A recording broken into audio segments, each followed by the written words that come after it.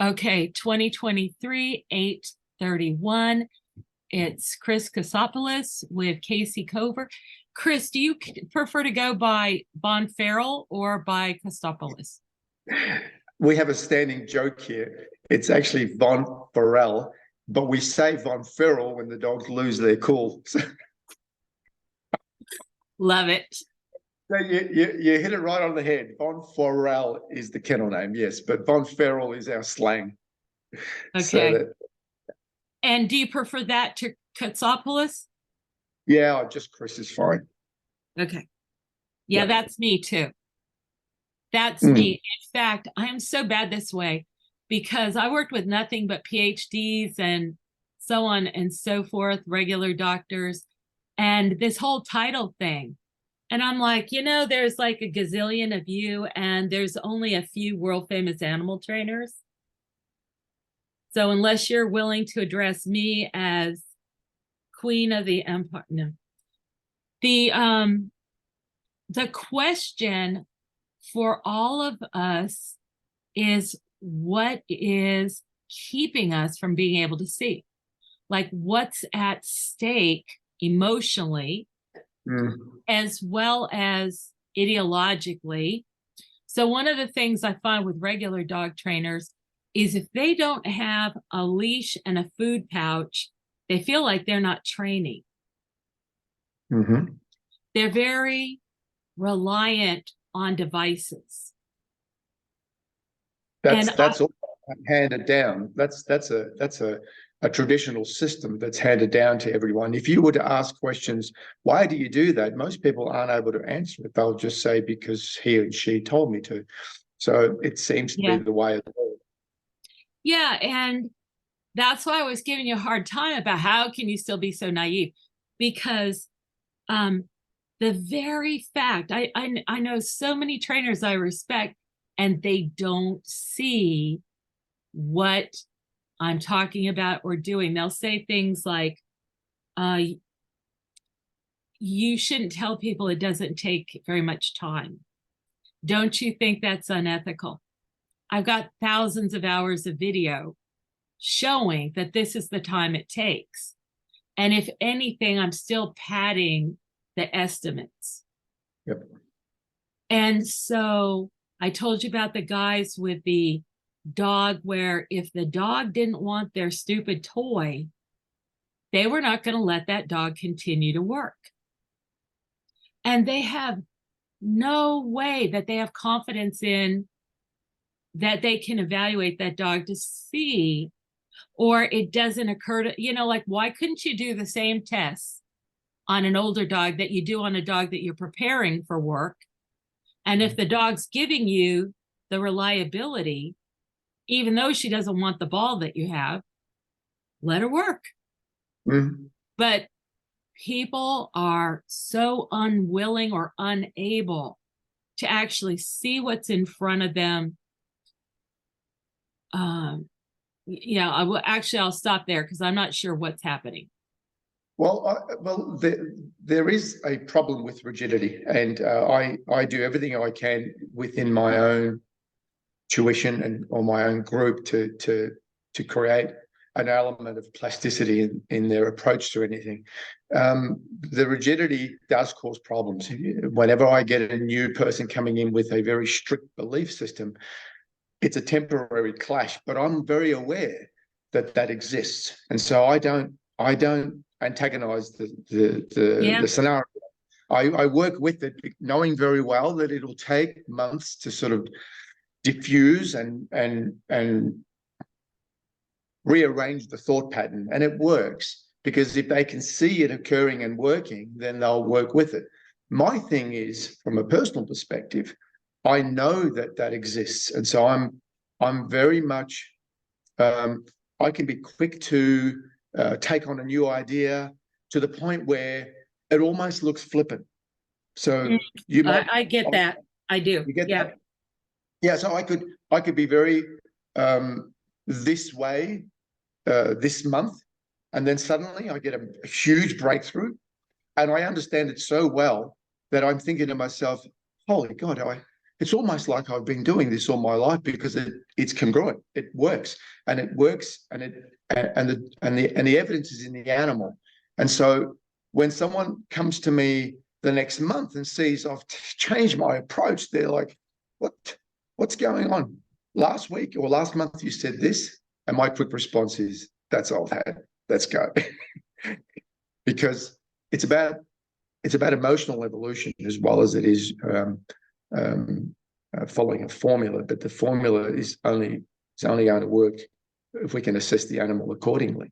And most people are too rigid in their belief systems, and they can't see past what's in front of them, and it's sad. So I've always thought, how am I going to? Surely I can get across and through everyone, and I just can't.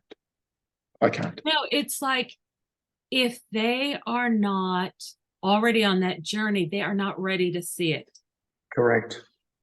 So, have you ever looked at anything? I'm going to tell you a strange story, but I actually already told it on a podcast. So, but feel free. Tell the story. Tell the story. Yeah. So we're not even into our talk. So I'll just keep it to this story, and then we can get organized. But I had a client friend who was an engineer for NASA and also a practicing shaman for 25 years, of course. So she asked me if I would take her class because I taught classes and she wanted to get my feedback on it. And I said, I'd be delighted to, because in this universe, there's what we see and know, and then there's what we see and we don't know. Correct. And it's just as real and just as compelling, but we have been taught to kind of ignore big pieces of it. Correct. I'm a believer. Yeah. And one of those, my dad was a nuclear physicist, and before he died, he studied to be a shaman. Mm-hmm. And he studied from a very famous American Indian, and he said it was the best thing he ever did.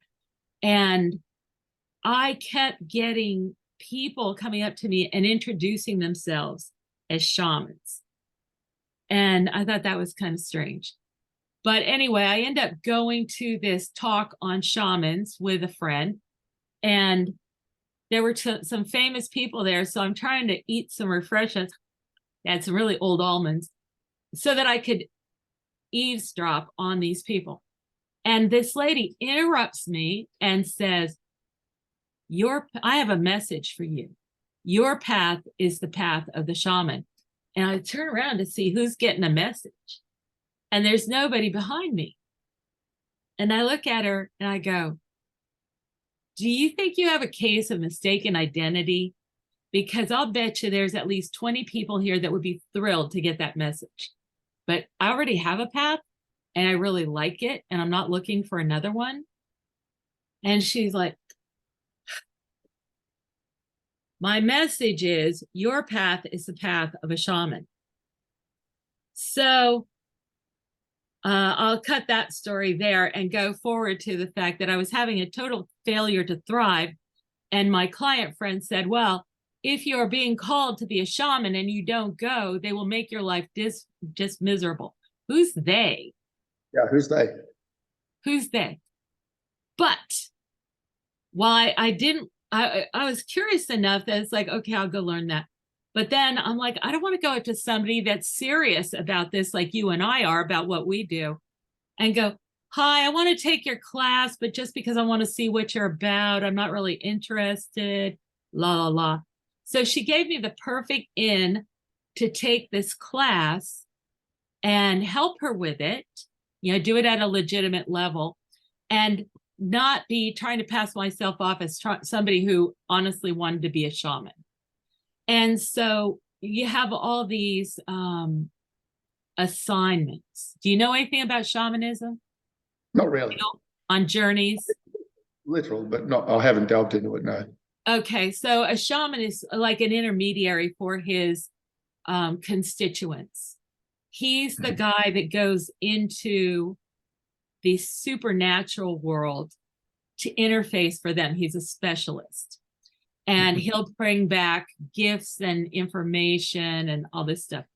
And so how they teach the people to do this is they have a drum with a certain kind of a beat, and then they tell you to go on journeys. And when you go on a journey, you're imagining the whole thing, you know, so it's like, what's with that? But on this one journey, we were supposed to go to the Bardo, which is what they describe as the place you go when you die. Right. And when you get to the Bardo, I was supposed to talk to Archangel Raphael, who essentially, I guess, oversees things there. And I could either explore on my own, or I could ask for a guide. So I get there, and it was kind of an hourglass shaped place. And I came in right at the middle. And the guy that met me was not Archangel Raphael. He was a guy that was dressed like a South American, Central American curandero, which, do you know what a curandero is? Like a medicine man, healer. Oh, yeah. Yep. Okay.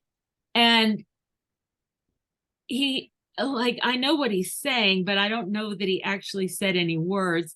And he said, can I help you? And I said, here's my assignment. And he said, do you want to go by yourself, or do you want to go with a guide? And I said, with a guide, please. And he just pulls up a thing like a raft or barge that you would float on the water, but it wasn't on the water, it was on the air. And it was like being in a little balloon basket for a hot air balloon. So we get on there, and he closes the door, and it automatically floats up to a certain level. And I'm looking down on these people down below, and they are struggling to get out of their level. So there's all these different levels going down, and above me, I can only see, like, we've passed 3 or 4, and I can see 1 or 2 above. And then I see all this light and all this kind of stuff. And these people that are down below where the hourglass starts to get big again are scrabbling to try to get out of their area.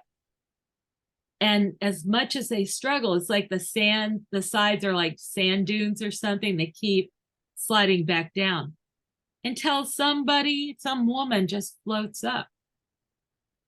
And she floats up a little lower than us and just stays there. And then somebody else floats up higher. And then somebody else floats up lower.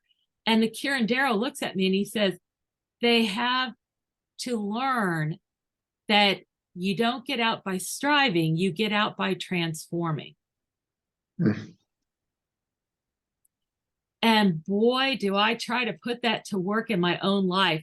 But my personal bias is that I have to work hard to get anything. Yeah. I'm not necessarily so great at transforming. I don't think any of us are. It's the hardest thing I do. I know that for myself. But as we're doing all these things, just before we did this, I had a lecture with a vet. And he was talking about trying to understand nutrition. And you go along and, you say, okay, I'll be a vegetarian because that's really good. And then you find out that vegetables are full of phytates and they rob your minerals and this and that. And so then you decide, okay, I'll eat meat. And then you find out meat has this and that. So you go, oh, okay, I'll go. And you end up feeling like you're flip-flopping. But in reality, the problem is it's so complex. It is.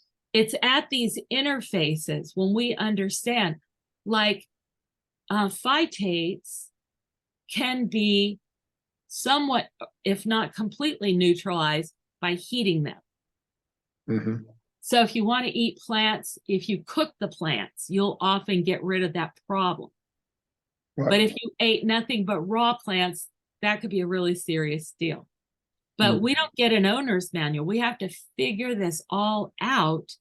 And so every time you hear a convincing person come along with a new thing, I totally understand what you're saying. On the other hand,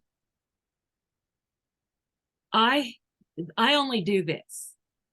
And I see people do, I only do what I do. And I see people doing all these other things, and they have different pressures. I don't know what I would do if I were in competitions. Mm. I don't know. So there's applications Yes. that might have me out there looking for different solutions. Mm. However, what I also know is that a lot of the things that I think I could get by switching to a different technique, by using more force, by using more compulsion, like influence, management, all that stuff, not necessarily brute force, to get the animal to do something. Would I get a higher standard? Because there are days when the animals call in sick. Mm. And there are days where they're like, what's in it for me? Correct. And yet I will get about 93% compliance and performance all the time. Do you feel you get more than that? My world requires animals to have an incredible level of drive or desire. And then we have to produce an animal that's very compliant, but happily compliant. So not that he appears suppressed because there was so much compulsion or pressures. And so being involved in this, I'm not an academic.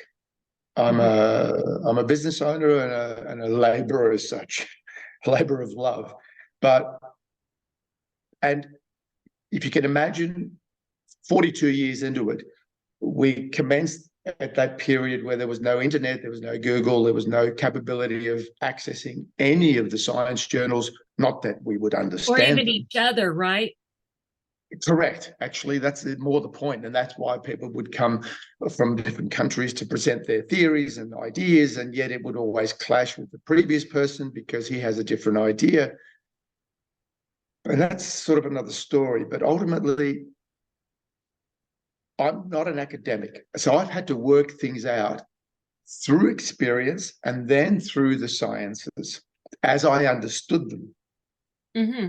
We need an animal that's very driven, very powerful, very committed in his behavior, in his application, in IGP for the biting phase or the biting phase in the police dog scenario.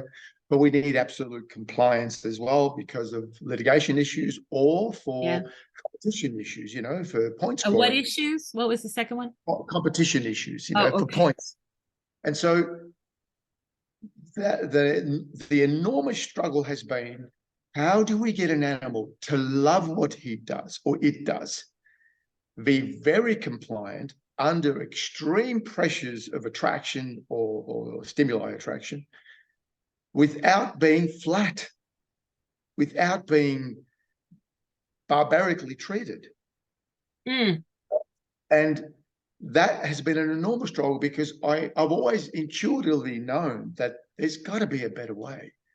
I just never, at the time, we got to go back 20 years, 25 years now, 30 years, and say, well, every time someone introduced something to me, it was appalling. But we didn't know any other way. No one else was there to show us another way. And like I said, I'm not a scholar. I don't have avenues of experimentation as such in a laboratory or true sciences to work with. I can't work with academics because I didn't know anyone. And so there's this constant clash of and disappointment of, God, I don't like that result, but it's something. God, I hate that result. What the hell is that? But it's something. It's something like better. You've got to be able to live. You've got to be able to feed the dogs and correct. And although we would get compliant responses, they were dismal responses, Kayce. I'm just not happy with it. And even till today, I know there is a better way. The difference for me now is that I believe that I understand the learning process far better than I've ever have. and I can apply it in real time. That's the difference. Yeah. And my dosage pressures and my timing is so much better because of experience. Yeah. Thousands and thousands and thousands of dogs. And we incidentally owned a very big school in our state, and it had, up to 600 dogs on a weekend divided by 6 Wow. clubs. A lot of dogs for many, many years. And I remember we started doing accounting processes, proper academic stuff, like administration stuff. And there was a period there we went through 12,000 dogs. That's a lot of dogs. It's a lot of dogs. Now, it's not other animals. It's not horses and cattle. I get it. I get it. But it's a lot of dogs. But it's a lot of dogs. And so you know there's something missing. Well, I knew there was something missing. And another reason why I've reached out, because I believe this world that you're in and my world needs to somehow unite and see that there is so much more information, so much more potential that ordinarily IGP people or competitive dog people or people that are being tutored don't see yet. See, the people who are teaching have one level of experience, right? But they too are learning themselves, and they need this dialogue with like-minded people to be able to grow. I believe everyone needs coaching, personally. We all need coaching, and we all need community. Correct. That's the hardest thing for me, is because I love to reach out to other people such as yourself, but it's very, very rare. Even the people that are willing often cannot see. They just don't see. It's like trying to describe the color blue versus green to somebody that's colorblind. It's no slur on them, but they are not there. Oh, yeah. When I told you the stupid story, I forgot the main point. I asked the guy, how far up could you go? And he said, infinitely. And I said, I only see 2 rows. And he said, you only see 2 rows above where you are. So that was the crux of the whole thing. And I forgot to tell you. Got it. Makes sense. This is where we are. And I don't know what makes it so that you see, like I said, I wouldn't expect most people, even my training videos, I wouldn't even expect them to get it. Yeah. But I know what I'm after, and I don't have to worry about competition or anything. I'm out there, first of all, to have a safe animal. Yep. And a healthy, well-adjusted, long-lived animal. Agreed. Because that's the emphasis for zoos, and that's what I want for every animal I interact with. Yep. And then what I find is part of that is all of us need jobs that we're passionate about. And that goes for every single animal. My mother's, that's 88. The thing that she says every minute, and she's got very bad memory, so it's a lot. Is there some way I can help you? She's willing to do anything. She cuts up onions for me, pulls weeds, all these different things. It is so vital to her to feel like part of the family and that she's contributing. And it is vital because my mom is the oldest person I know that is actually still taking care of other people. Wow. She's not retired, and like she can't cook anymore, but up to 2 years ago, she was making me pots of beans because I wanted pots of beans and I didn't have time to make them. And just like, this is her job, to take care of the other people in her place. And various people have recommended, nursing home, this and that. That's where you go to wait to die. As long as somebody is actively engaged in living, that is not where you go. And that's not where I want her to go. But it's really critical that we get these jobs. And in these jobs, like you're saying, the dog is driven. If the animal is passionate about it, that's really all we need. Yeah. Yeah, So well, we do have that, but when you come from a, it's not just about training an animal. I'm past the point of teaching dogs to just be domestic pets because, well, no, I get I it. do that because I help people and people recommend me, and so I do my part, and I think that's vital. But my passion and my level of understanding now is that I would love to know more in how to manage these very intense animals. It's almost like a racing car driver. I mean, Yeah. have you ever been in a fast car, Kayce? A very fast car? The bullet train is the closest I came. Well, someone took me for a drive recently, a couple of years ago, in a very expensive fast racing car, and I have never.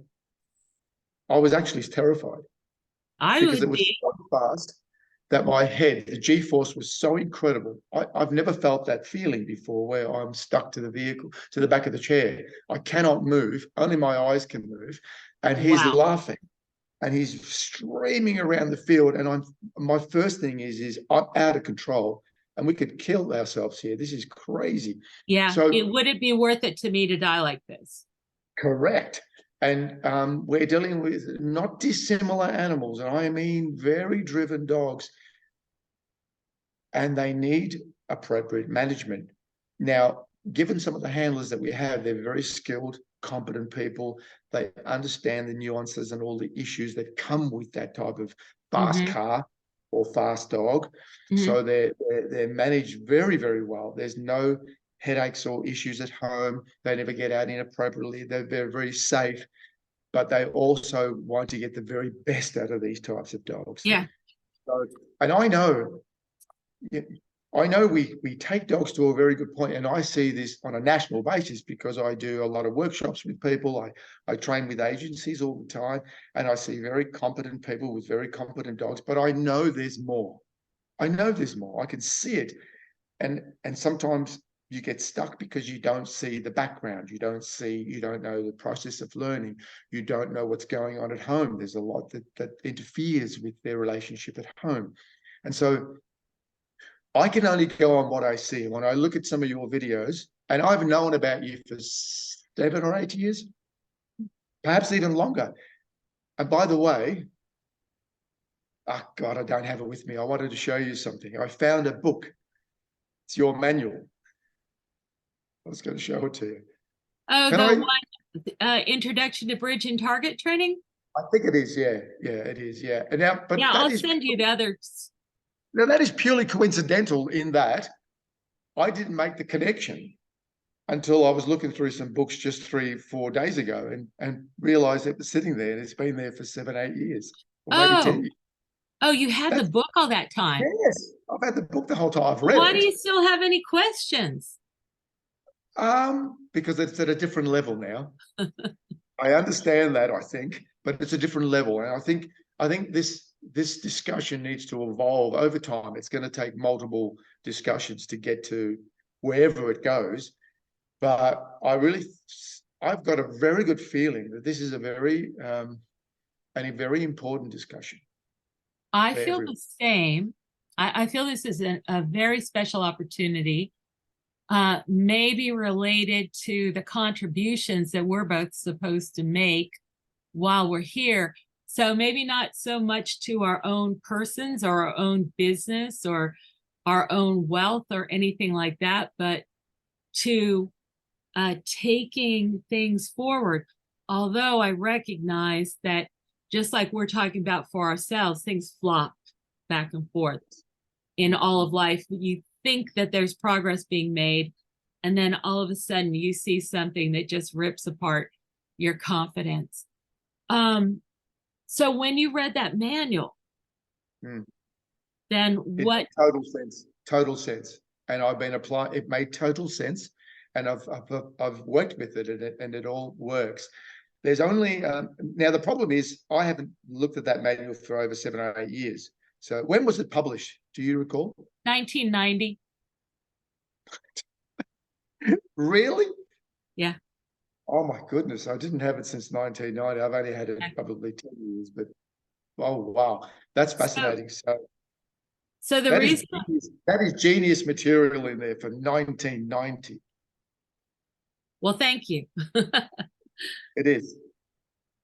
It's excellent. Excellent. Now, I there's so much I want to talk about, but I think we'll just do it slowly because I don't want to jump from What A to about Z. this?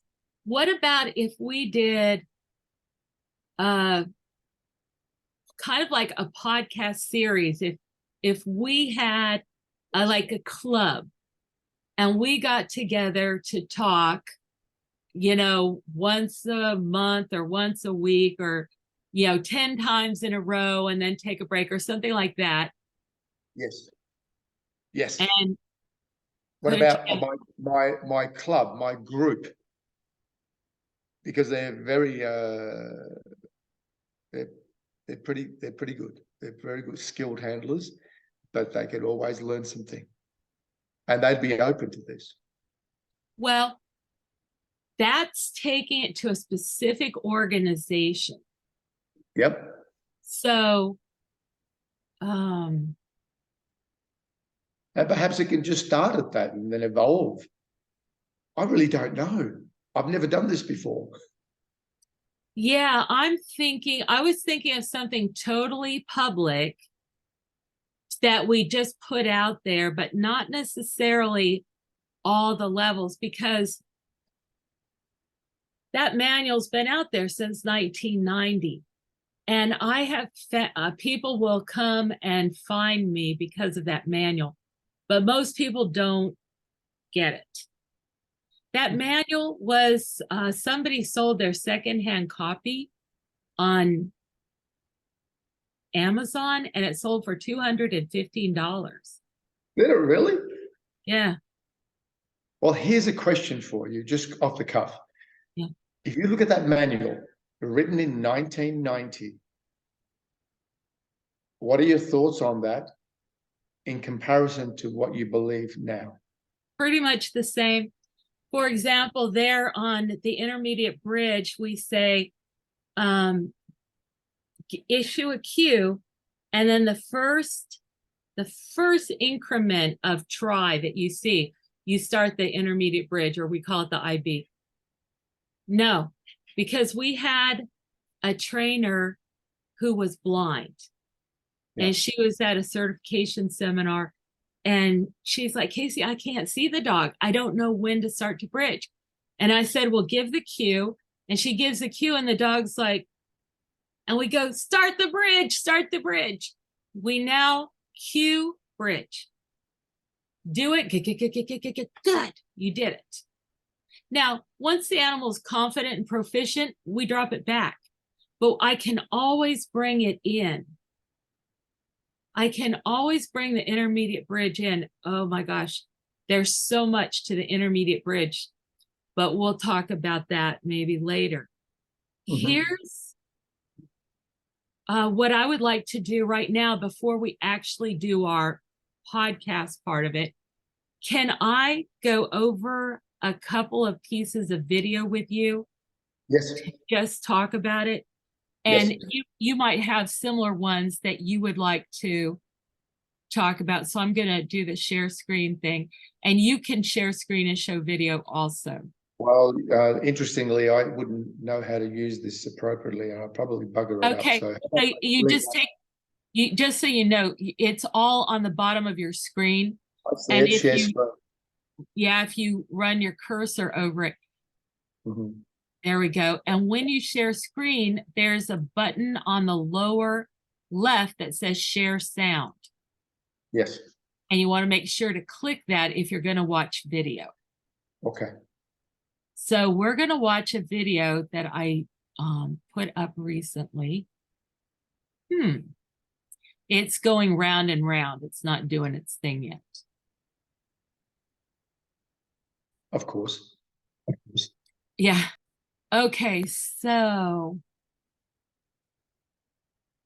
I don't even know where my older video is right now. I've got thousands of hours of video. And this horse has been an amazing dancer, amongst other things. And she's 32, of course, and she has been in quarantine. And she was at this stable, and we had to do so much for this other horse behind her because that horse ran into a post and blinded herself. Oh, golly. And then she was very anxious and post-traumatic stress syndrome and all this other stuff. So we ended up not doing any training for a while. So I had resurrected an old piece of video, and it said touchback targeting. Did you happen to run into that? Yes. Okay. So my horse was very, she wanted to eat grass. And then I asked her to do this thing and she walked forward. I call it walking out of it. People have said to me that you cannot teach a horse to go directly to the side, that they only know how to walk forward, and you can turn that forward momentum. Yep. And I question that.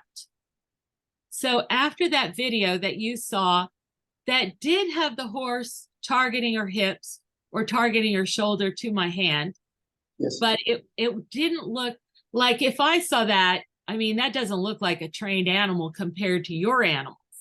Sure. Okay. This is the second time that we're working on this. And this was a day or two ago.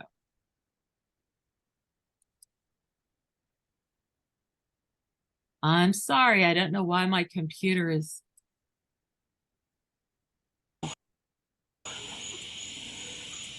Can we back up? Back up one. Wait, walking. Okay. I'm gonna do something here. We're kind of just establishing where we work when we were doing some of the other work. Can I clean your eye? Good, thanks.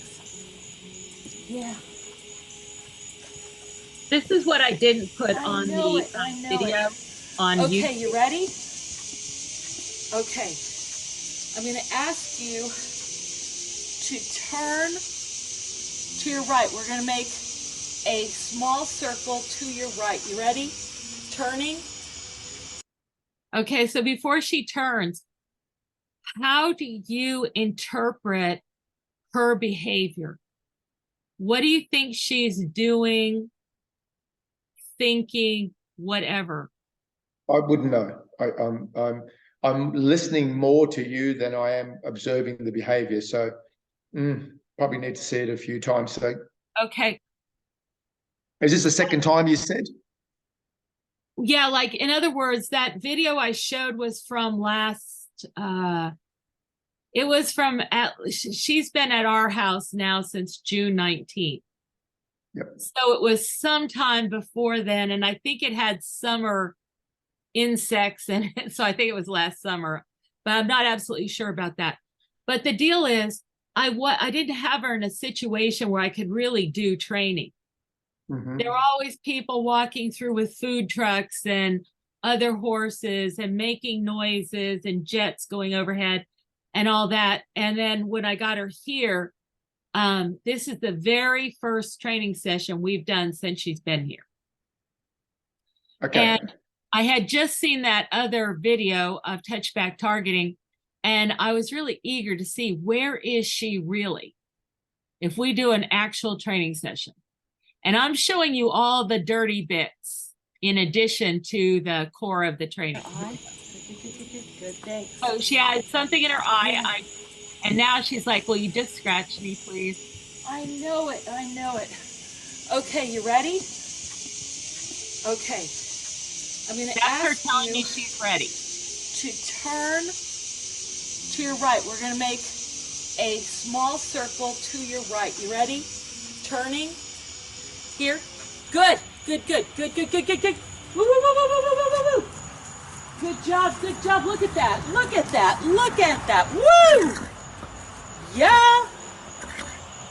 Oh my gosh, it's like we went back in time 10 years. Yes, it is.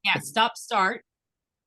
And, but I was looking, I thought I had this all lined up and I made an error.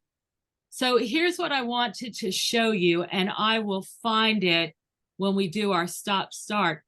But she goes directly like to a touch, and there's a certain way you touch that helps to create the response, and she goes directly to the side.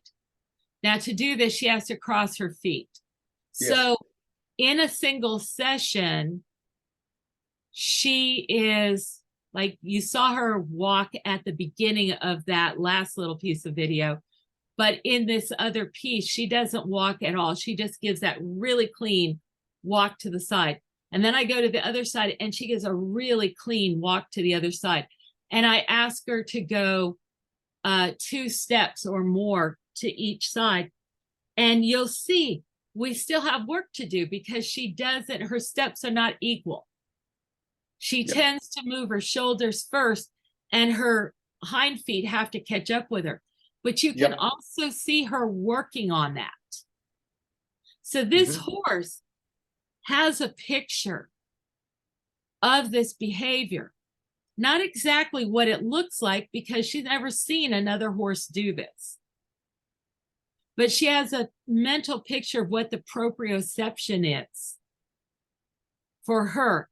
And she has to have all those things. She has to have a chance to practice each one of those and then integrate it back into the regular behavior.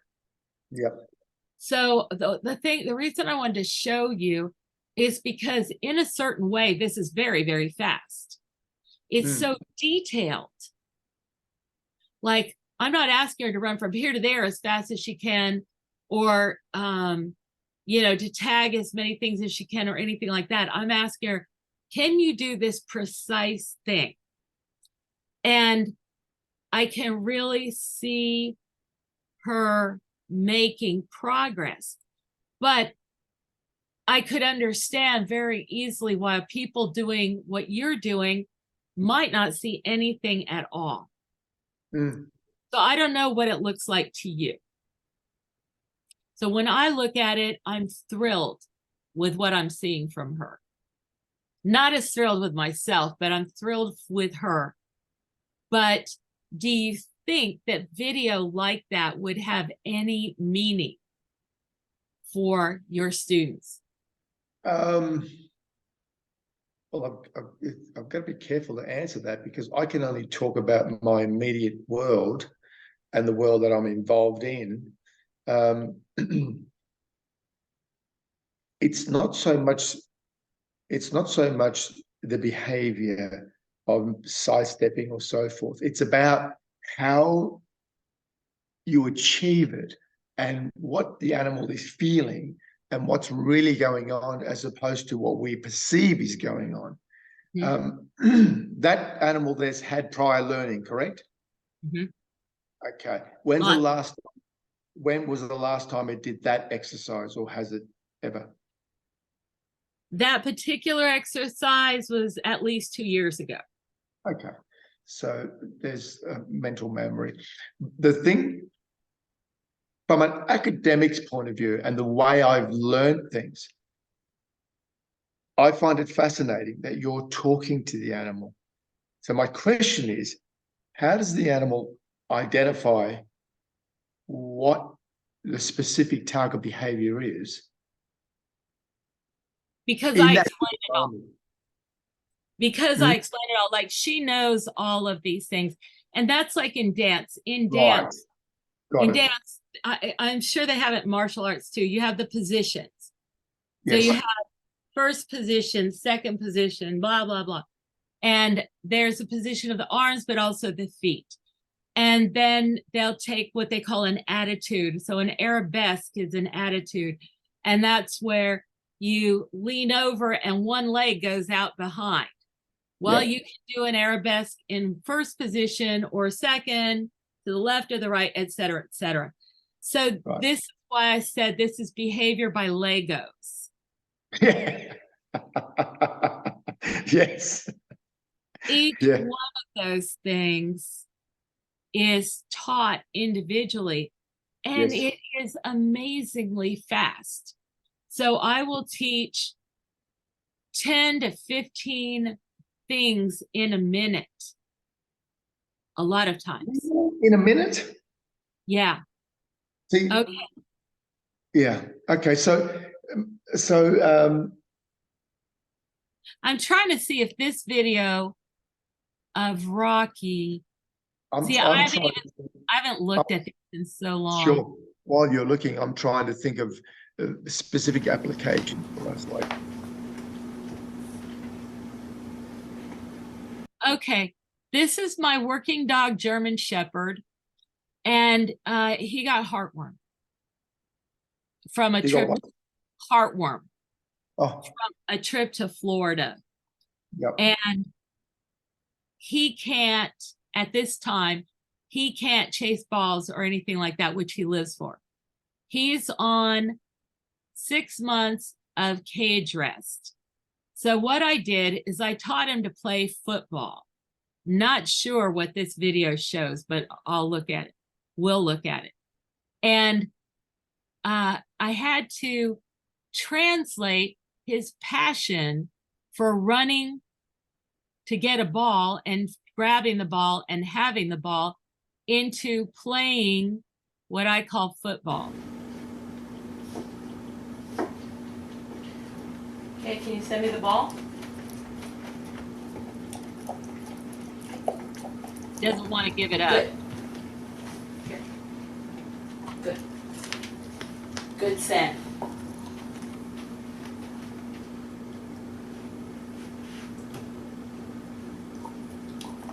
Can you send me the ball?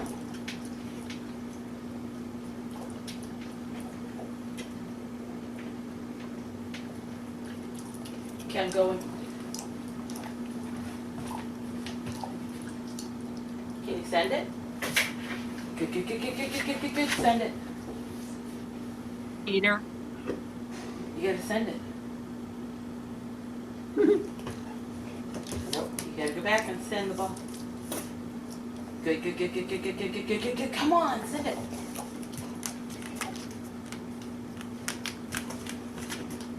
Good dog, good dog. I wouldn't take Good the dog. ball if you didn't send it. You do it? Good. Weenie. Weenie. That's not really much. I can do better than that.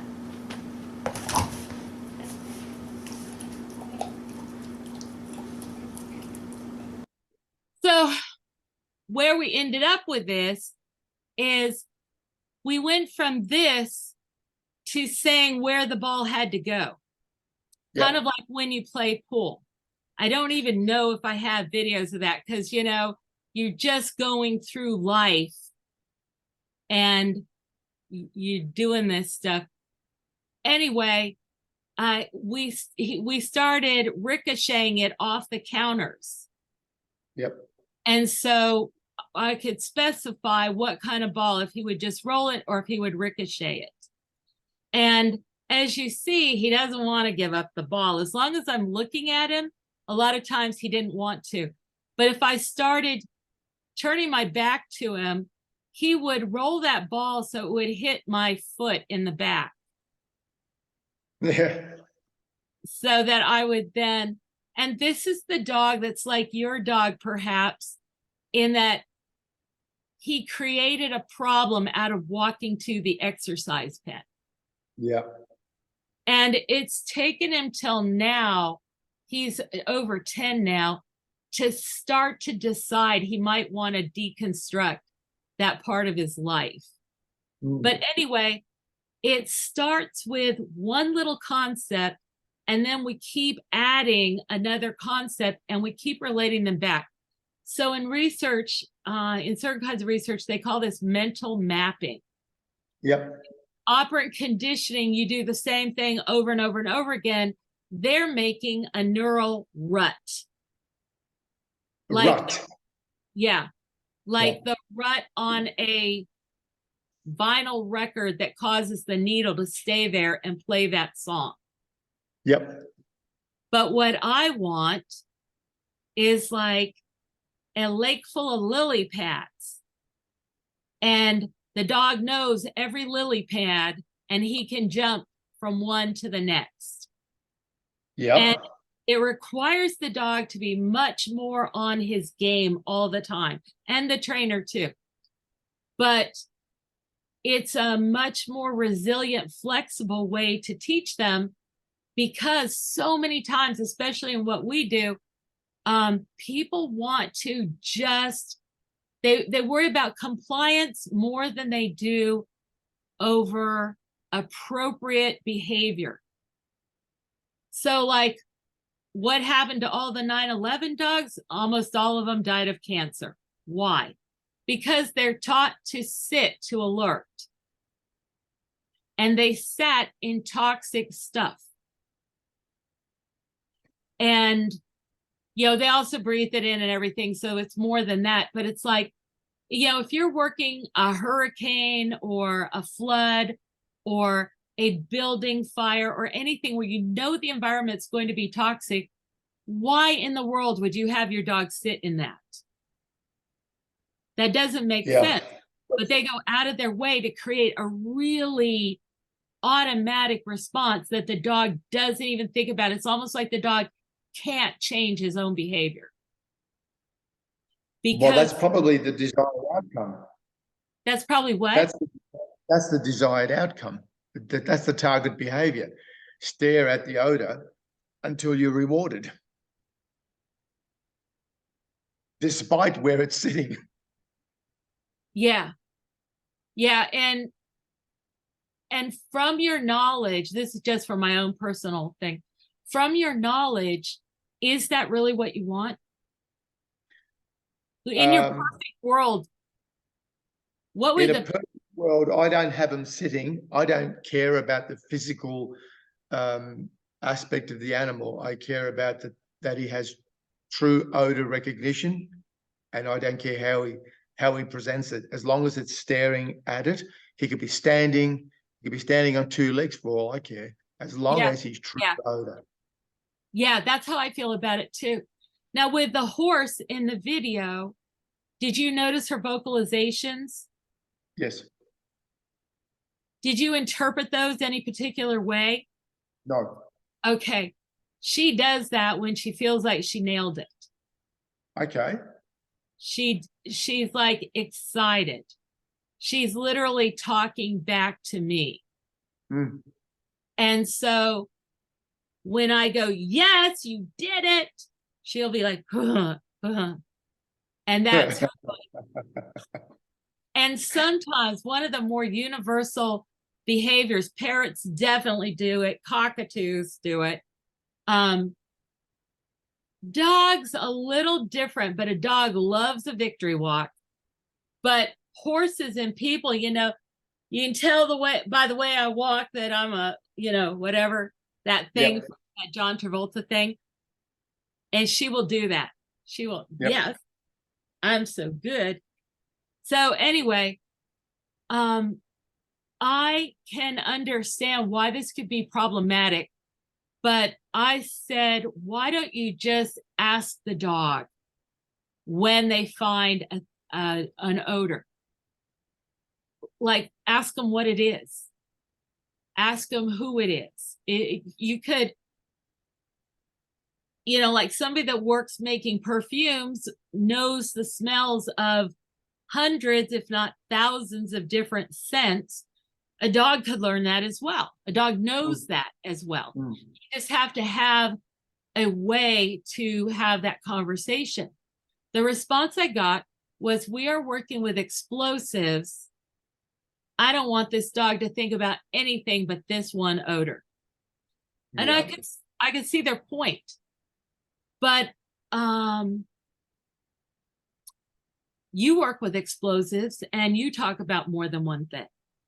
I think we may be kind of selling ourselves short a little bit. In what way? With that horse, She has been tested on over 500 concepts. So in one of the other little pieces of video, and I just put it up on the internet. I saw it. Yeah, with the hey. Yep. You want hey, yes or no? All right, let's do it. And that is how it really is with us. Like I come out and I'll ask her, do you want to graze? Well, of course, the answer is probably going to be yes. One of the things we do is switch the side. Do you want to graze? No or yes. Yes is not always here. So that the animal has to be really paying attention to get the outcome she wants. So one time I went in to see her, and it was time to let her out into the pasture with all the other mares. And she had a stall board, but she preferred to be out with the other mares. But this one day, I got the impression that she didn't want to go out. So I asked her, do you want to go out into the pasture or do you want to stay in? Stay in. She never wanted to stay in. So being the superior being, I go, do you want to go sleep in your stall? No, do you want to go sleep with the other girls or do you want to sleep in your stall? So now the wrong answer would be here. And I'm sorry, do you want to stay in or go out? She wants to stay in. Do you want to sleep with the other mares or do you want to stay in your stall? So it's the opposite answer, but it's a consistent choice.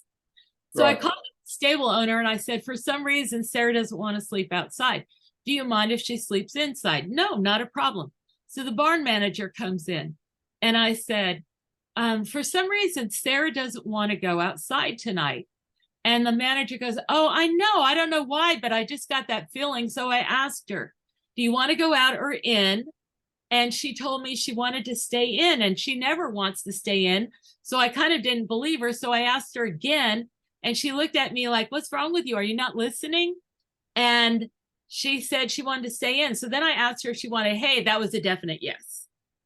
Yep. So the barn manager, from seeing me interact with horses without me trying to convince her or anything else, and the stable owner, both spontaneously started talking to Sarah directly and asking her about, do you want a blanket on? Do you want to go out? Whatever choices that she could have. And she consistently makes choices. Like if you look at any of the video of her doing that, there's no hesitation. It's not like, oh, just a minute, I can remember this. No, it's like this. And it's very fast. She understands all that and she's just as fluent as we are. Mm. I can ask her, is this empty or is it full? Is it a food or is it a tool? If it's a food, it goes in the red bucket. If it's a tool, it goes in the white bucket. What bucket does this salt go in? Red bucket, that's correct. What bucket does this hoof pick go in? White bucket, that's correct. So you see, those are levels of abstraction. It's one thing if you hold up two things, like a ginger ball and a peppermint, and you say, which one do you want? And the horse goes to the ginger one every time. And so you believe that she knows what she wants. It's another thing when you say, do you want a ginger ball or peppermint? That's a degree of abstraction. This has to represent an idea. Yes. And she knows that to indicate what she wants, she has to touch it. So she transfers from directly touching the object to touching the avatar for the object. Yep. And we switch the choices all the time. So it's not like if you want a yes, you always touch the thumb. It's not like that at all. And we switch the way we ask the question. Is it on the right or on the left? Is it the first one or the second one? So we get at the same, we're corroborating the same piece of information, but by asking different questions, looking for consistent answers. You could do this with a dog easily. And I have done it with a bunch, but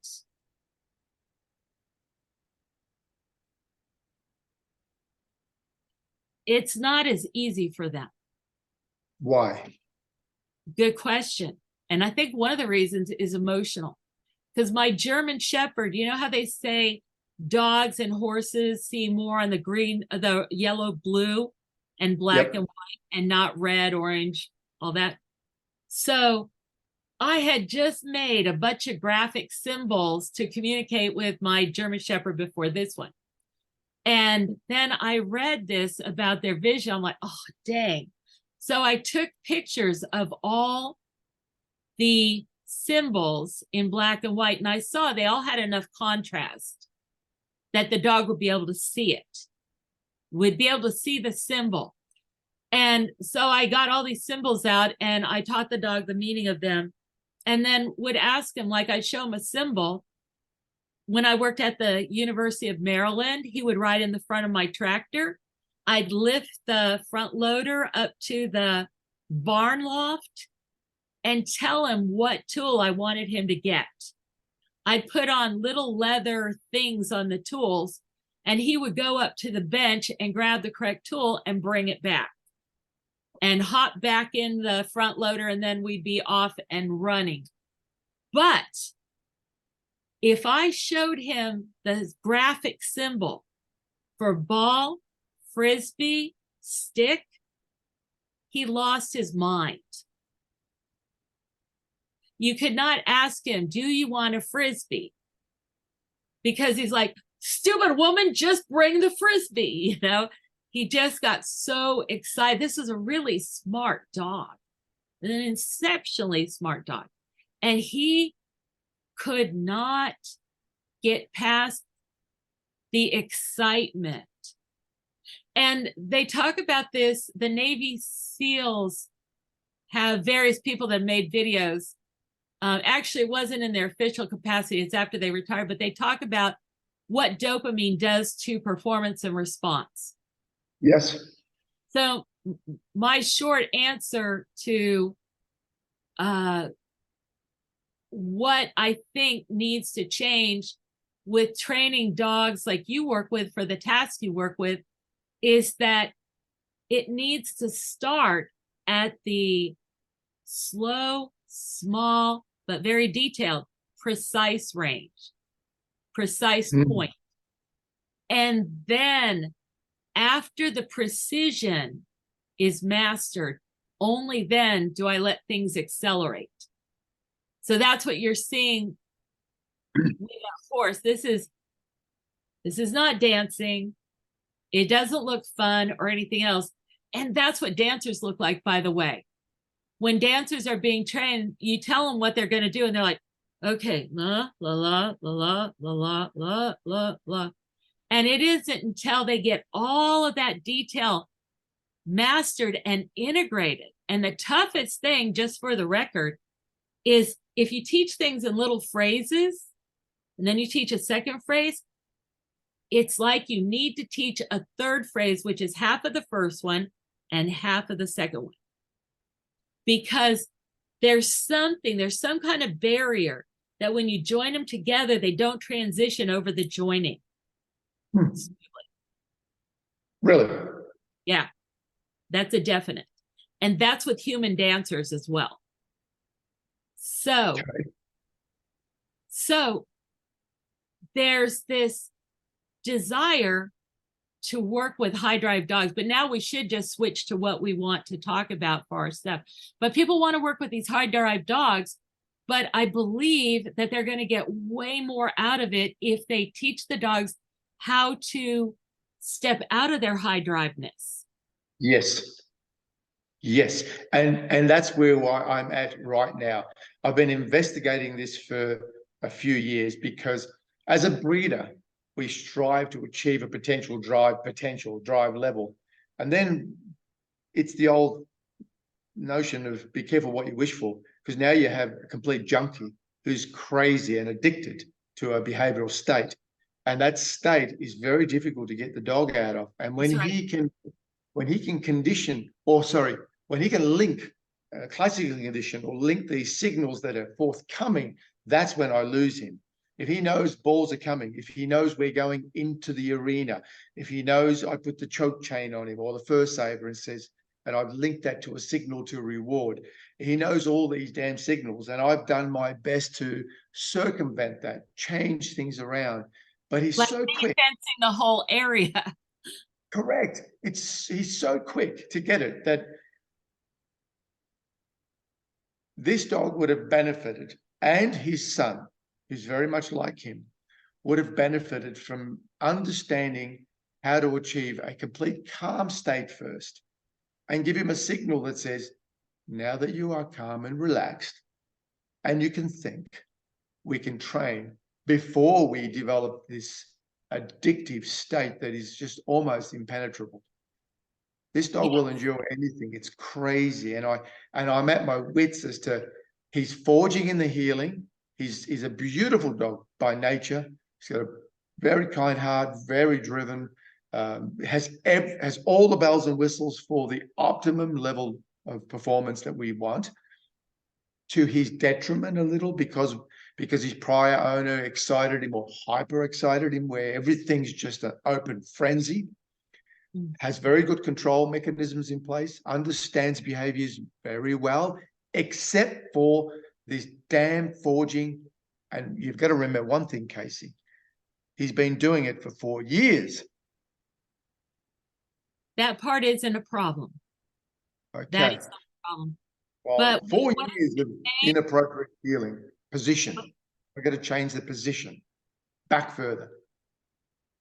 So what is his name? His name is Ty, T-Y.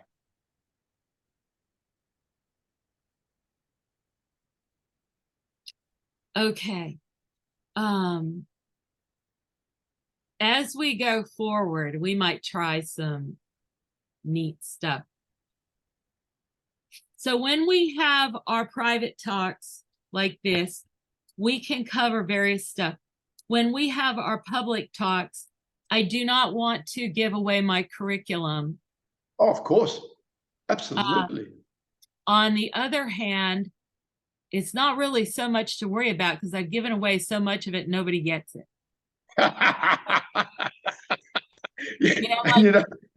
I'm laughing because it's exactly where I'm at. It doesn't matter in the end because it doesn't matter. You know why? You're damn right. It'll take them 10 years to catch up or find out or work it out. Well, not only that, if we're at the point, so like with us talking right now, I can't tell you how many high-level trainers that I've talked to, given information to, all this kind of stuff, and they butcher it.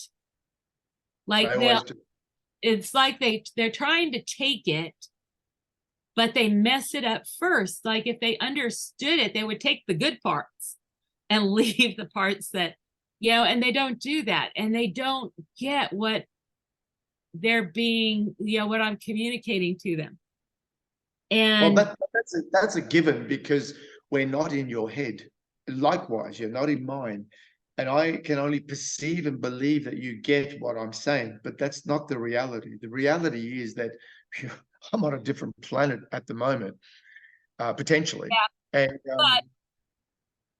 but if the opportunity for us to talk and scheme together is what I suspect it is, then that is possibly a once in a lifetime chance.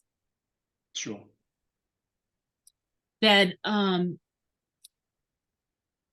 okay, so let's look at what we want to do, and let's cut off an amount of time. How long do you think we've talked so far? 2 hours. Oh no, an hour and a half. That's cheating. You looked at your clock. Okay. I did. You didn't look at your clock? I did. Yeah, I did too. It doesn't feel like it. No, it doesn't. That's the problem. And that's not the problem, but it's also the gift. Because when you're talking like that, you are just plain old exploring, you know, and you don't even know where you went until you come back. I'm so glad we're taping all this. Okay, so it says, let's start from the beginning. Who's Kayce and who's Kris? Yeah. So let's just do that as a mutual conversation where we say, well, let's talk about, you know, who we are and how do we get here. And one of us goes first in this, and I don't care who goes first. You're most welcome. Okay, they'll say age before beauty. So that's okay. This can be a path to unite both your world and da-da-da. I think you could be right, but I think we should not say that. Sure. And do you know why I think that? No. I don't mean it to be a quiz, but remember when I was telling you about showing how to train this in 5 minutes and naming all the pieces and then putting it together and calling it the Queen Elizabeth and then asking everybody in the audience, does this person understand what I asked them to do? Yes. How do you know? No latency. They're confident. They're doing it exactly correctly. But if I show them the same thing and say, I know that this person understands this because they show no latency, they're competent, and they're confident, you'll see people go like, That's exactly the expression. Like the eyes go from side to side, that's thinking. And a lot of animals will do that. And then they come to the conclusion, well, no, you could be wrong, Kayce. If I let them make the conclusion, they'll make the exact same conclusion. Yep. If I suggest the conclusion to them, I create resistance. Yes. So that's why I don't think we should say anything about that. Yep. Explain your system called SATS. I have a slideshow that I will send to you. Okay. That explains it all. And the problem is, it's a whole freaking hour. Doesn't matter. Well, okay, but I don't want to take a whole hour in our talk today. No, like that's no. too much. We can do that another time. That's not a problem. Yeah, so I have a really short explanation that I can give. Sure. And be prepared to answer the same thing about, in a nutshell, what's your system? Sure. Okay. And then, why do I believe it works? What brought you to this point? And we both have a similarity there because we're both engineers. We didn't start out with somebody's theory. We started out with a demand. And then we assess our success at meeting that demand in iteration after iteration after iteration after iteration. And I suspect, for me at least, when I'm listening to someone and they start to describe how to get over the wall that was my last wall, I'm listening. They may not even know that they have the answer to my problem, but I know it. Yep. Because they know my wall. Yes. And I think that's what you're saying brought you to reach out to me is you've got the same dang wall that I do with this dog. This dog, Rocky. The other one was King, the wonder dog. Yep. Okay. How does the animal identify the target behavior so fast? Do you feel like you already know that answer now? I think I do, yeah, but for the broad discussion as well, but it just seems under the traditional systems of learning that I've been taught and I have acquired, it just seems so fast that it's mind-boggling. And other trainers don't believe it's possible. Well, my logical brain says I'm having difficulty grasping it, or no, believing it, but I do believe it because I see it. So now, how do you reconcile that? Like, what's going on there? So Yeah. it's actually happening. It's not like you're bloody lying. It's the truth. So how do they get it so fast? It's counterintuitive to what I've been taught and that I have done. This is the problem. And this is why I'm so delighted that we're talking instead of you just going to other trainers, even trainers that have learned from me, for example, because this is what has really set dog training back with operant conditioning, for example. I'll Okay. give you a gazillion reasons not to train by operant conditioning. And I think they're very valid reasons. But Okay. before all of those, I would say don't learn operant conditioning from another dog trainer because they never understood it to begin with. Yeah. And I do understand it. And I have studied it intensively and, under the supervision of people that taught that kind of stuff and everything else. And I think they're missing the boat. But all these dog trainers are telling you what operant conditioning is, and they don't know. Correct. So they're misleading you. Well, Anyway. not probably intentionally. Right. But that's almost worse because this is a pet peeve. They're so smug. They're so smug. It's You like, don't even know that you don't know. yeah, exactly. And this one guy, I don't know if you ever ran into him, Gary Wilkes. Did you ever run into him? Yep. Yep. He worked with Karen Pryor. Yep. They ended up going to court against Really? each other. Yeah. Oh, Yeah. And he was like a city dog catcher or something before that. And then he learned operant conditioning from being with this person and then started lecturing everybody else on operant conditioning. That person was never formally trained, not in any academic way at all. The person had an English degree and became the head trainer at an oceanarium by virtue of the fact that the husband was a developer and owned the park. right. So the wife became the head trainer at the park, never vetted by anyone else. Excuse me just a second. Do you need help, Mom? Mom, do you need help? No, thank you. I forgot to get the caps on, and I just came out there to see if there's any,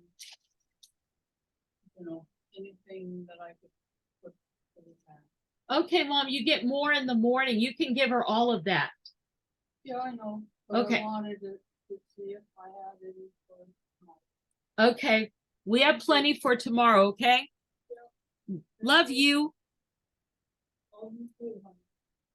Turn off the light. Thank you.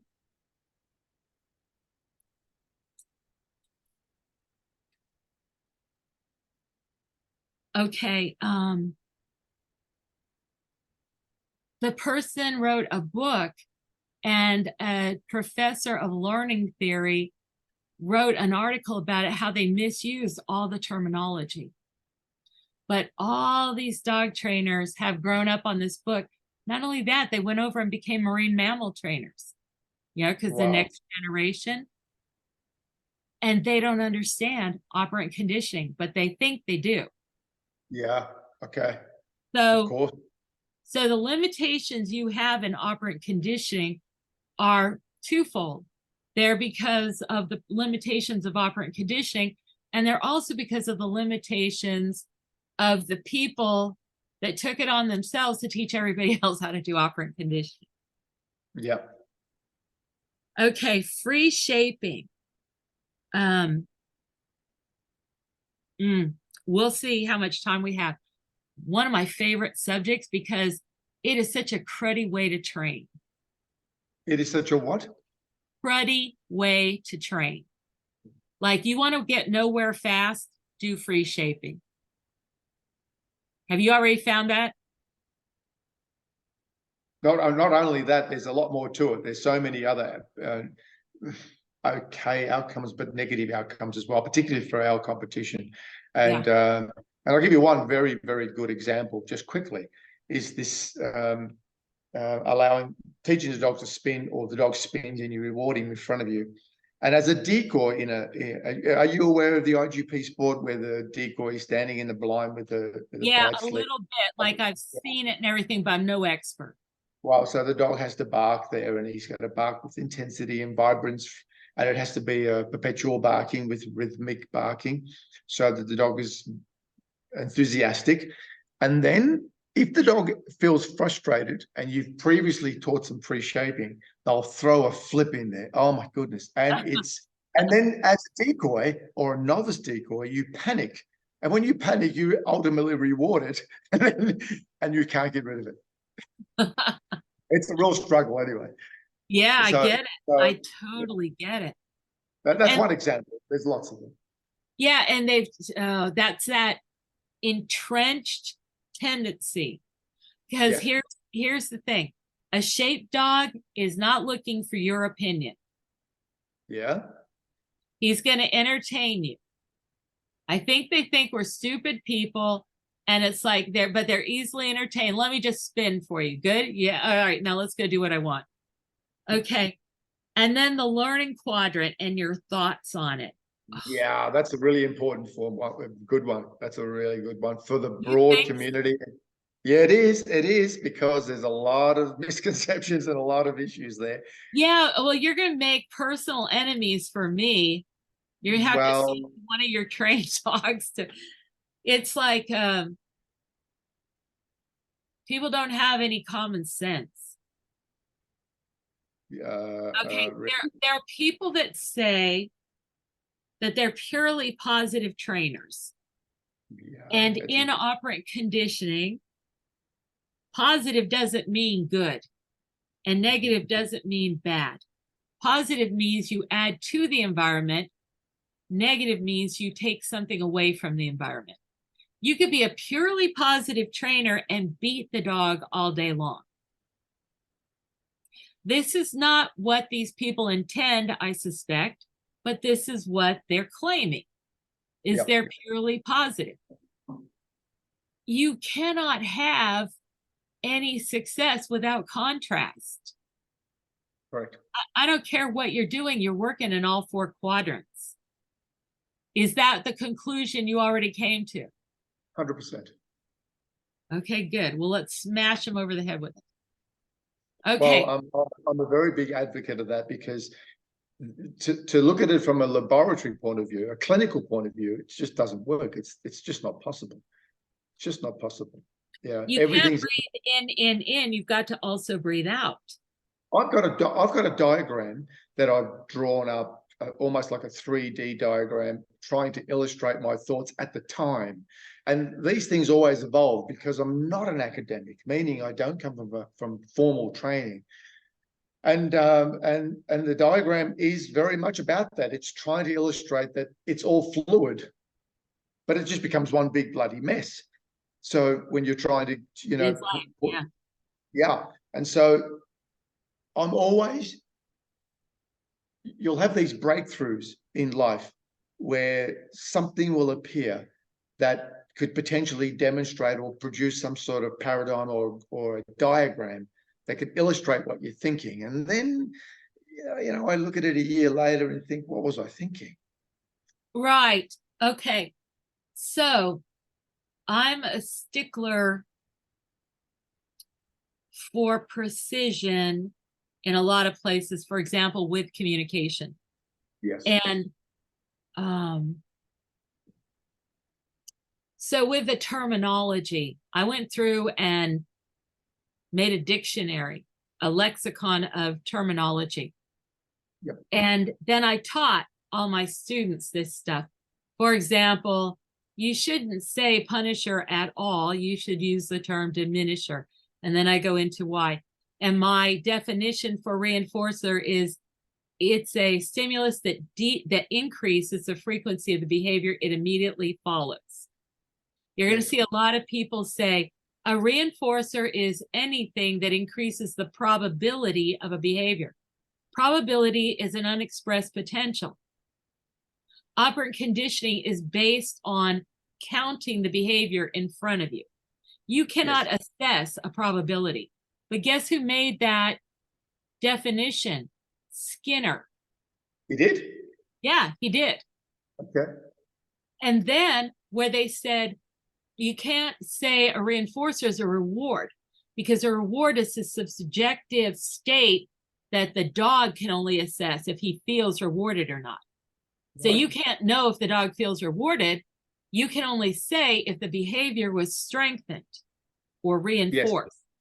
Yes. However, they then turned around and called a punisher instead of a diminisher.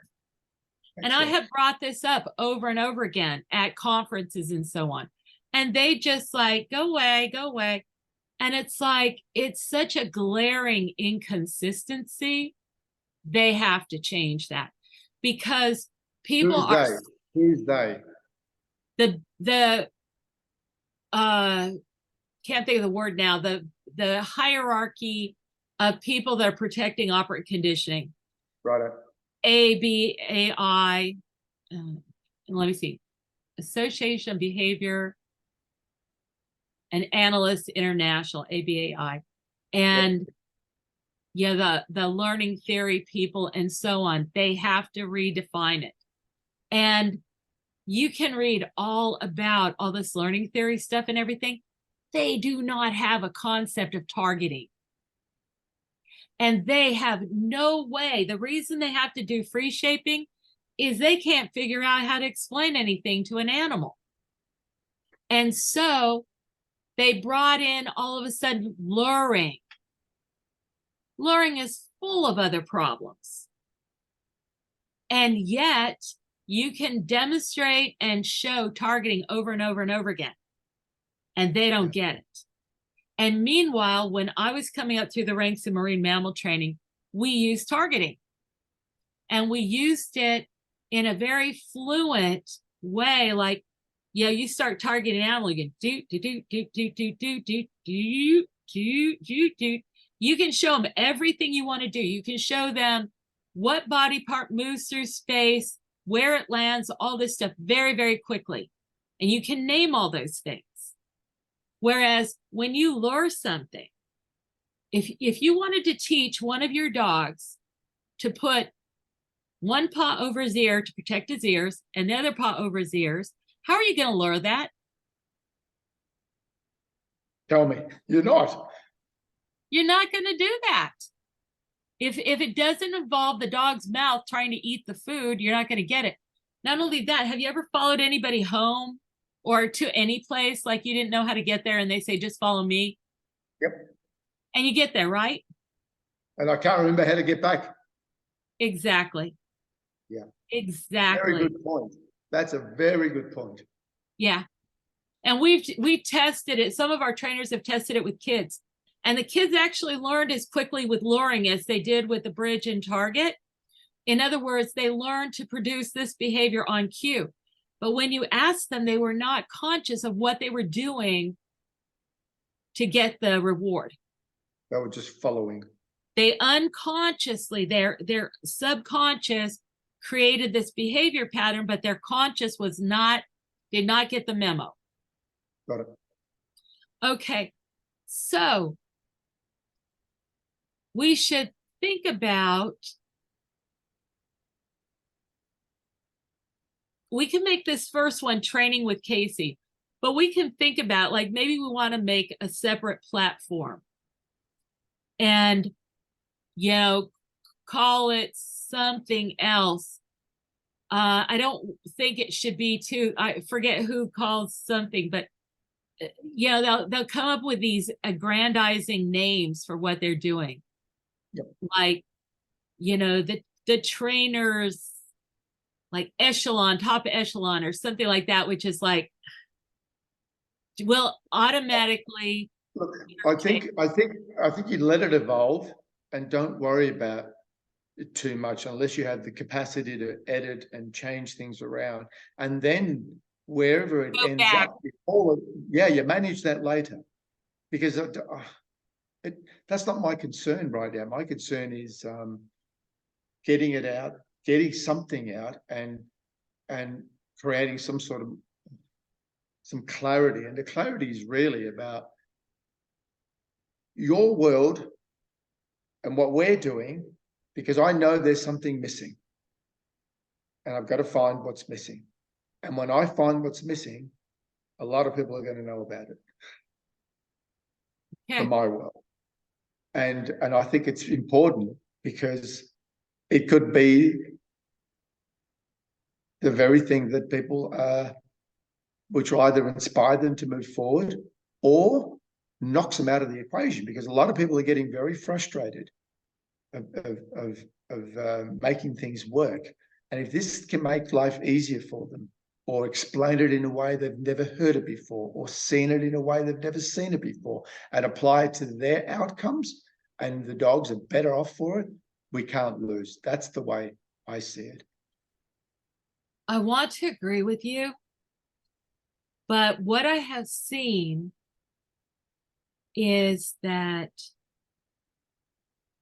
the US military, for example, will come in, and where somebody masters this stuff, they will come in, they'll buy it, and they'll use it to push things in a way that I would never choose to push them. I know that. And how do you prevent that, Kayce? You don't. I mean, you only do it by not letting it out, or by letting it out in such a way that you somehow protect it. I don't know how to do that. Well, it's going to be, perhaps you could put it behind a paywall. And that's the remuneration for it all. Because, I mean, I don't believe it should just be out and about free willy-nilly. Selfishly, I love these types of discussions. But as someone said to me this morning, he said, Kris, you've got to start documenting your life story, because we want to hear it. We want to hear it. There's a lot. I said, really? Are you serious? I'm like that too. Yeah. What the hell's wrong with you? And they and they're saying, well, and they keep laughing at me, because he says, Kris, you're not getting it. We want to see it, and we want to know about it, and put it behind a damn paywall so that at least it's worth something, and then everyone wins out of it. Well, okay.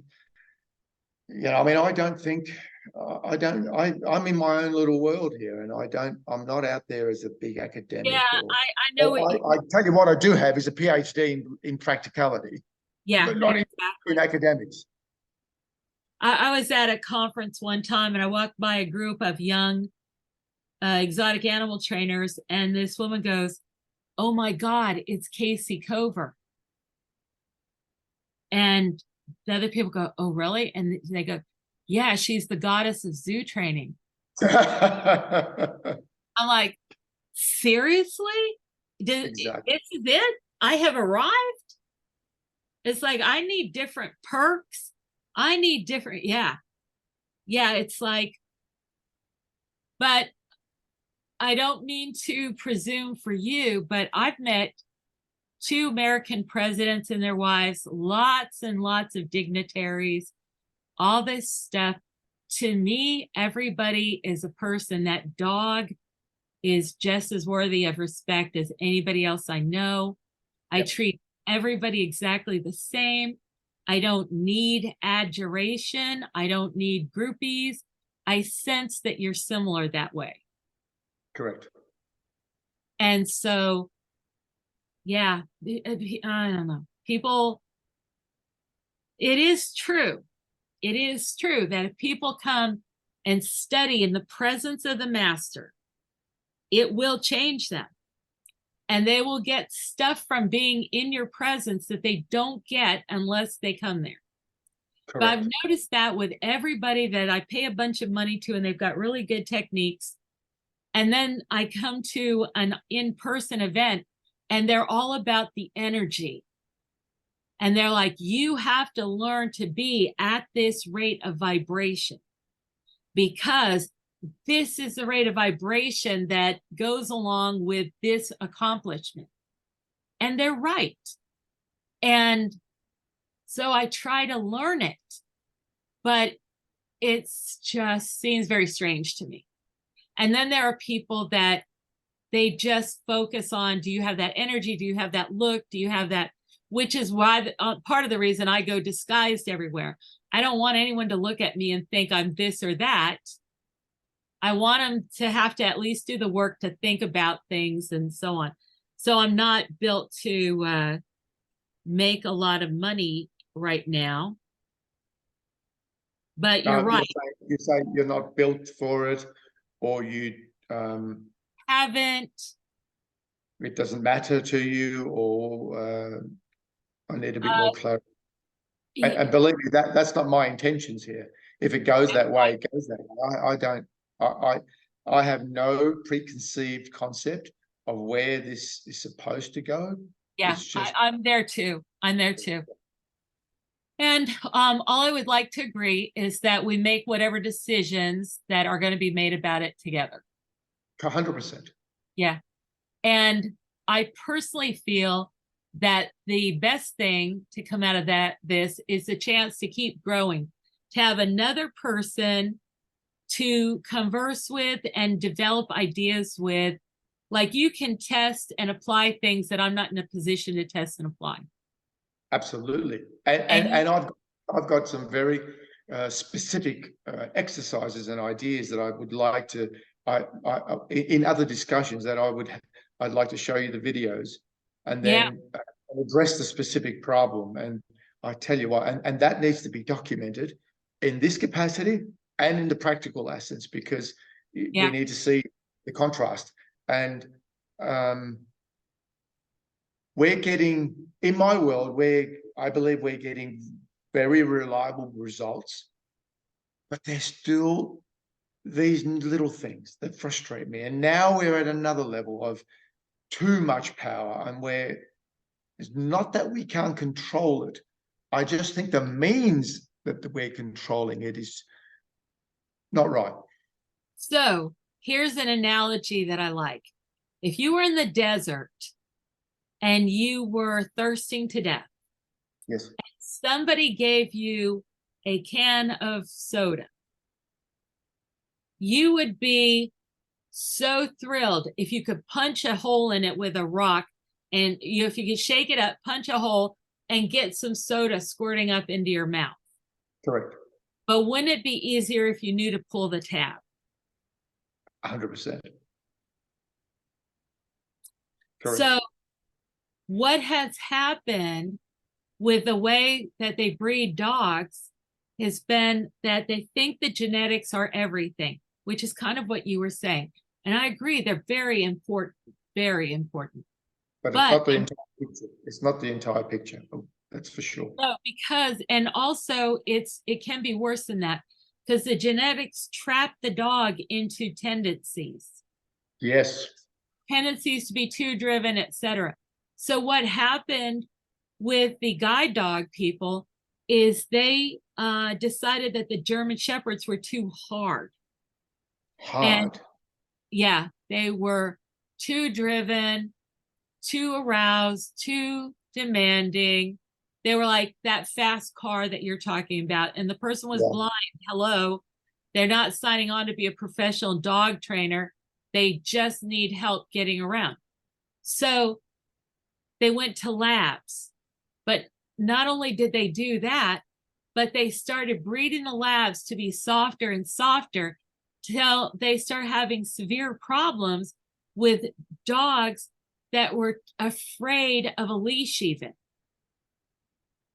So they're having all these dogs wash out of their program. I have a friend who's done a lot for breeding dogs for government programs, and he thinks that genetics are everything. And they wash out a huge percentage of the dogs, I'm trying to think of how much. I think they're happy if they get 30% of the dogs through their program. Really? Yeah. Yeah. And I would expect, seriously, their program doesn't seem that hard to me. I would expect more like 95%. Interesting. But, just based on the task and how many pieces to learn it and all that kind of stuff. But if you've got a dog that you have to unravel this problem first, you've made a whole different scale of difficulty for yourself. So shall I start this recording and come back on and say, welcome everybody to Training with Kayce. This is Kayce Cover, your host. And I am so excited because tonight we're going to talk to Kris von Farrell. Kris from Von Farrell. Kris from Von Farrell. Okay. So Yeah, I'm probably it'd be more appropriate to say from Von Farrell Kennels in Australia, because they wouldn't know where I'm from. Okay, so I'm going to say Kris Kotsopoulos. Did I say that correctly? Well, Kotsopoulos. Yes, it's Kotsopoulos. actually Poulos. I don't know why there's no OS on my detector dog thing here, but yeah. Okay, Kris Kotsopoulos from Von Farrell. Yes. Detector dogs in Australia. Correct. And then I'll say something about, so Kris reached out to me because he is a student of the game of dog training, and we have had a blast exploring dog training, and we wanted to share it with you. Yes, perfect. Kris, Lovely. how about if we start by blah, blah, blah. Okay, so you ready to do that? Yep.